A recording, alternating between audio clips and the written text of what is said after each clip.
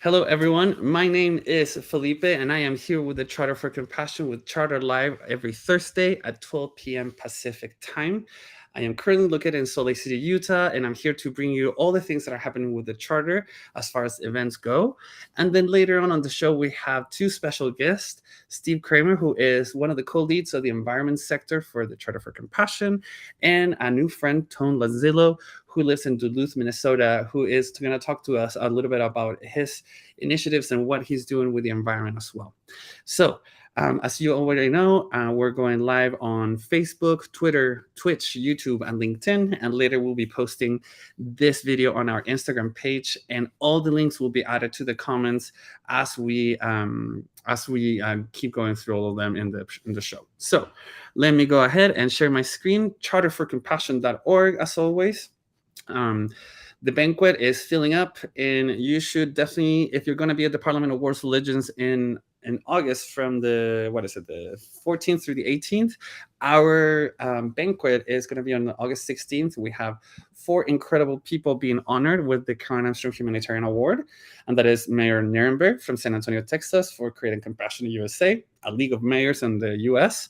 Valerie Carr, an incredible civil rights leader, lawyer, and a writer. She wrote an incredible book called See No Stranger, and she is the founder of the Revolutionary Love Project. She is amazing. I'm super stoked that she's receiving that award.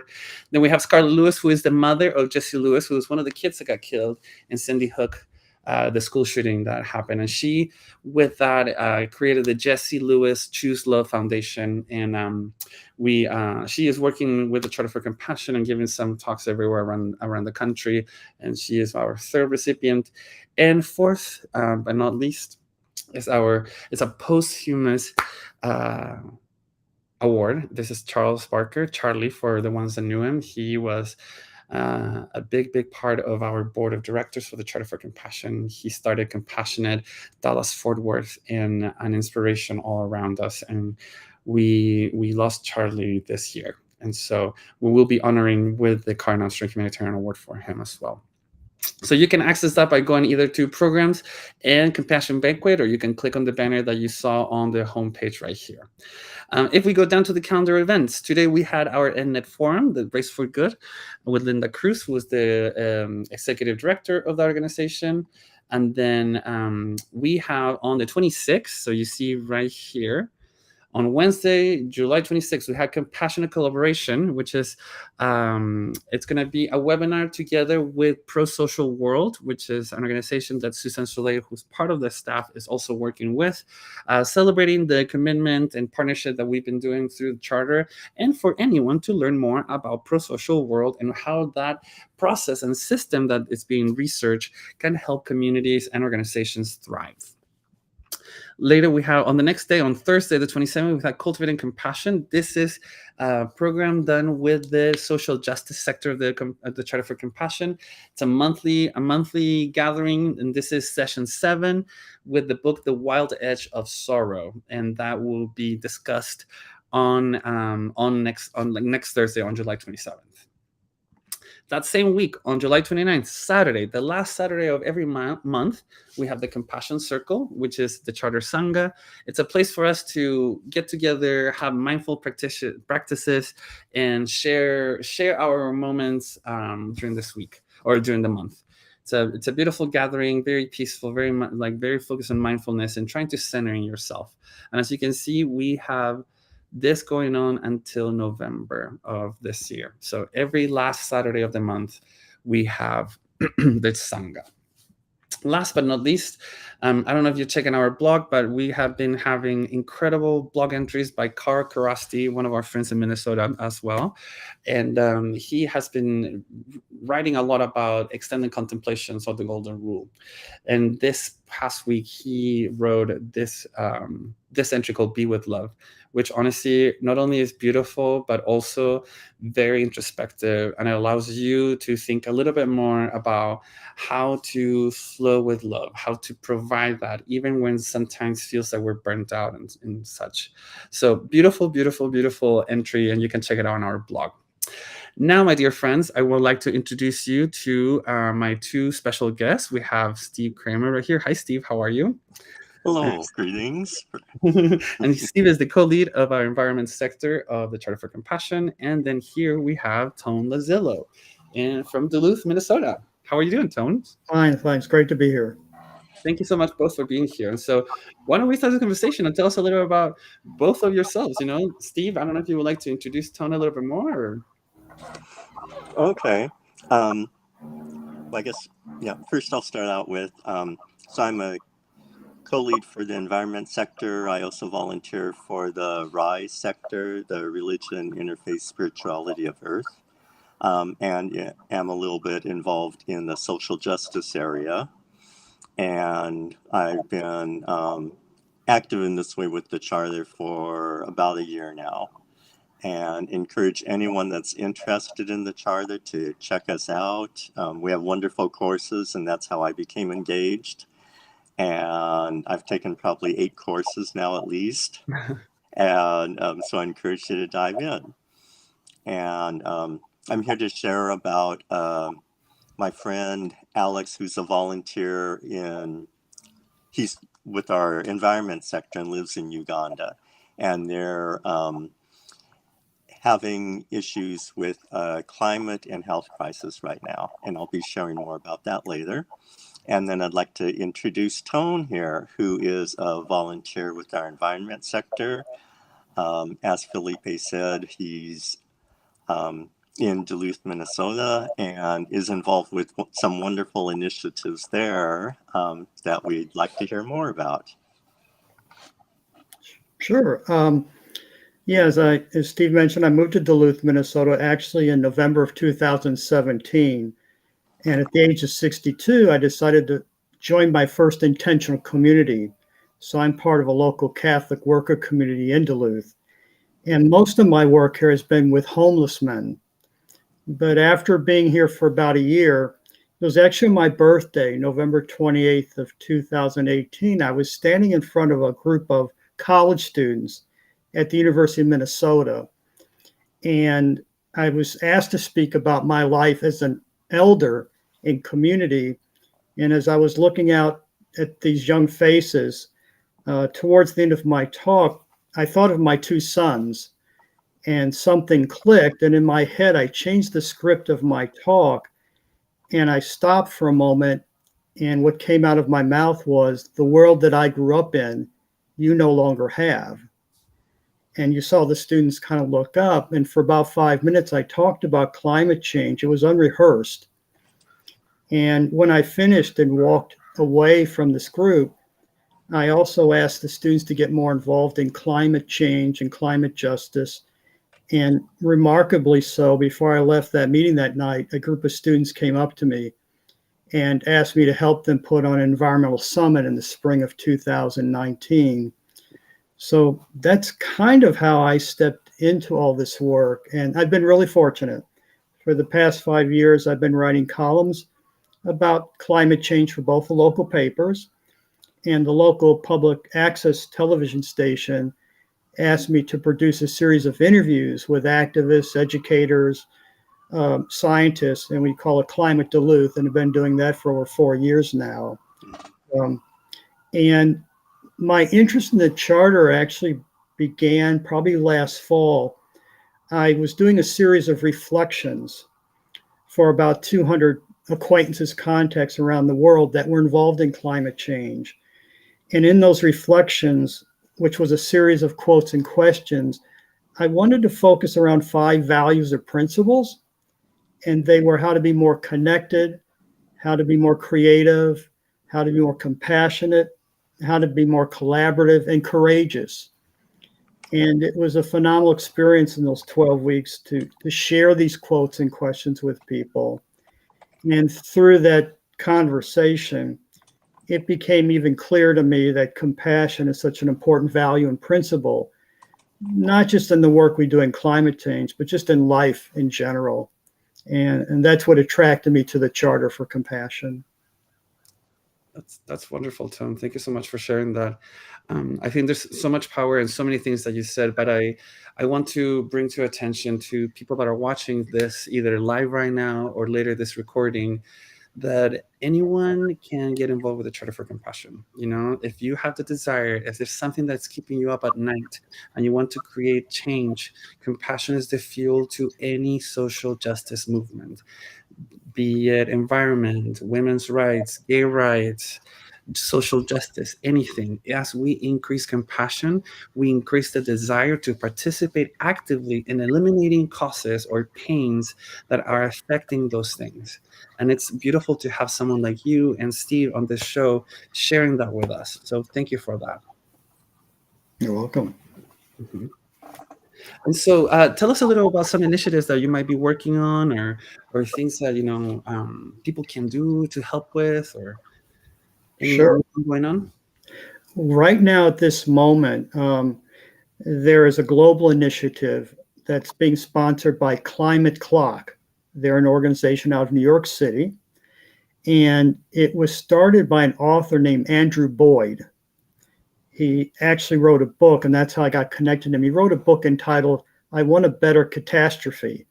And when I saw this book, I thought, something, yeah, I have to read this book. And in reading the book, I found out he was the creator of this, what they call Climate Clock. It's a digital clock that counts down how much time we have left to address fossil fuel emissions. So when I connected with him and his staff, I found out that this is the week they're doing this a global initiative, which culminates on Saturday, July 22nd, which is called Climate Emergency Day. And so after speaking to their staff, a lot of their efforts, of course, are in New York and Washington, D.C., and some of the major urban areas around the world, but convinced the group here in Duluth to get involved. So for the past week, we've been doing a number of things with local media, both the papers, the radio and TV, to raise awareness about climate change. And a few things that we actually have coming up. We're actually doing a vigil Saturday morning with a number of activists and leaders next to Lake Superior. And on Monday evening, we're actually going to City Hall, a group of us, to speak to the City Council, to thank them what they've already done, but also to consider new initiatives around climate change. And then something I just found out about last night, which will be pretty cool. The city has a major power plant downtown. And for the first time in the city's history, they've given a group I'm working with permission to do a very large outdoor projection on the power plant, talking about Climate Clock and the Climate Emergency Day. So that's really going to be fun. As far as the future, we've had discussions about creating climate exhibits or a climate museum in Duluth.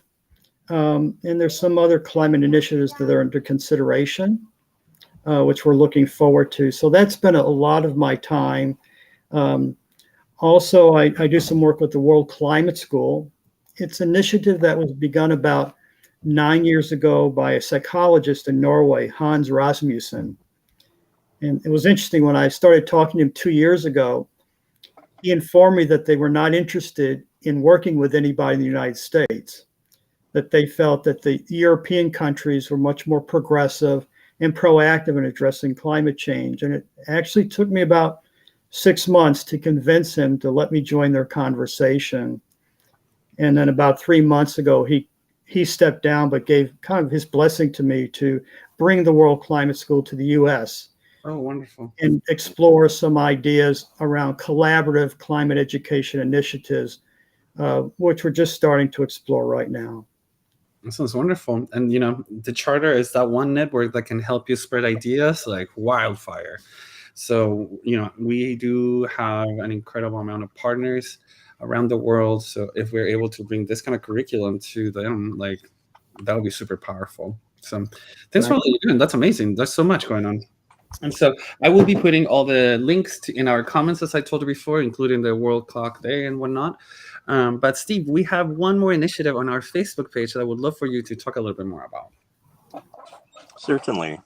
So as I mentioned briefly, one of our volunteers, Alex Trentanga, lives in Brango community in the southern border of Uganda. And their community has been, well, they have no clean drinking water, and they're suffering from major climate change issues. And they had an outbreak of bacterial a bacterial disease very similar to dysentery that killed more than 25 children and adults this spring alone. And most of them were children, unfortunately. And his wife and two of his daughters actually ended up being hospitalized for almost 2 weeks after coming down with this. And he's just has really raised my awareness to the state of water and sanitation issues in the African continent. Alex is works with a group called MACE, which is the Manitoba Area Cooperative Enterprise, and they're a nonprofit group which supports primarily women and girls to become self-sufficient, and their vision is to improve the livelihood of people through socioeconomic improvement or empowerment, and to their missions to provide the most effective and efficient agricultural business, as well as clean water services to its members. Mhm. So what's happening, or what's been suggested with Bugongo is they tried drilling some wells. Some engineers were helping them with that. And there's no underground aquifer that can sustain wells there. So it's becoming much more of a desert area. Their dry season started 1.5 months earlier this year than usual. So they've had multiple crop failures related to that, particularly corn and beans. And then they're also growing maize, which has been a major crop for them, but that's also starting to be killed off by they also, one of their initiatives in his village was to plant trees for fruit and other, to benefit the environment as a whole, and to supply, one of their goals is to help contribute to the ecosystem at large. And much of their environment has been decimated previously, and most of their trees have been cut down. So they have a nursery, and unfortunately they lost most of their trees because of the drought that's currently going on. So they're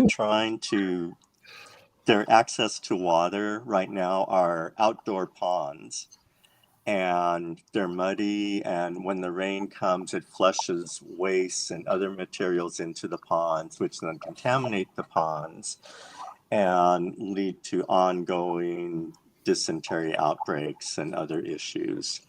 So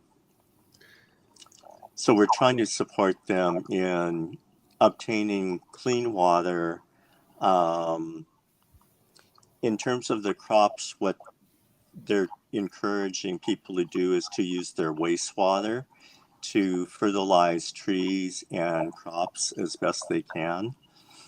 But essentially they don't have any irrigation at this point, and that's a whole nother issue. But our fundraiser is focusing on helping them obtain clean water, and since the wells failed, the engineers have suggested a rain catchment system, which would involve creating essentially a building with a metal roof and then channeling all of the rain off of the roof into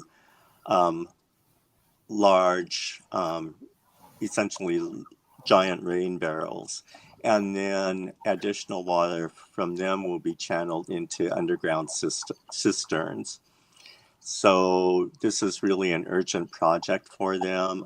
The rainy season starts in September, so they're hoping to get going on this project as soon as possible. And that's the reason for this fund drive. And we're hoping that, that people will be intrigued by this idea and will look at it as one way to support people directly. Any funds will go directly to MACE and will be channeled towards this initiative. And it's, from a compassion viewpoint, it's looking at people have a right to clean water and food security. And this is a major right that this village has, and it's not being met by any other NGOs, and their government has limited ability to help them out with this. Correct. So thank you so much for that description, Steve. And so for everyone watching this, you can see that we've been sharing our screen. It's a Facebook fundraiser that we have here. Our goal for now is $500. We're at 404, but with your help, we can not only pass that goal, but reach a new goal, which could be $1,000 if possible.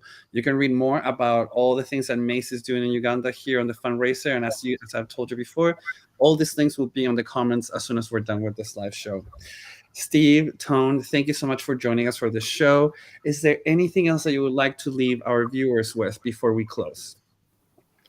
I just want to thank Steve and Felipe for being able to join you today. And I truly appreciate the work that you all do with the charter. And I hope to be involved with the charter for many years to come.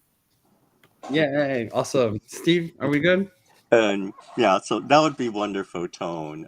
We'd love to have you involved in the charter. Yes. And I love having you on in the environment sector, and it's wonderful. It'll be wonderful to hear how your initiatives unfold and how we can establish collaborative working relationships with what you're doing. And you have some wonderful ideas that I'm hoping we can tap into and promote through the Charter Network as well. And thank you, Felipe, for this opportunity to share a little bit about the environment sector and then about our initiative with Uganda and the fundraiser that we have going on right now. Thank you. Thank you both. And thank you, your viewers. If you have any questions, please don't hesitate to email me, Felipe@charterforcompassion.org. We'll see you next week. Thank you.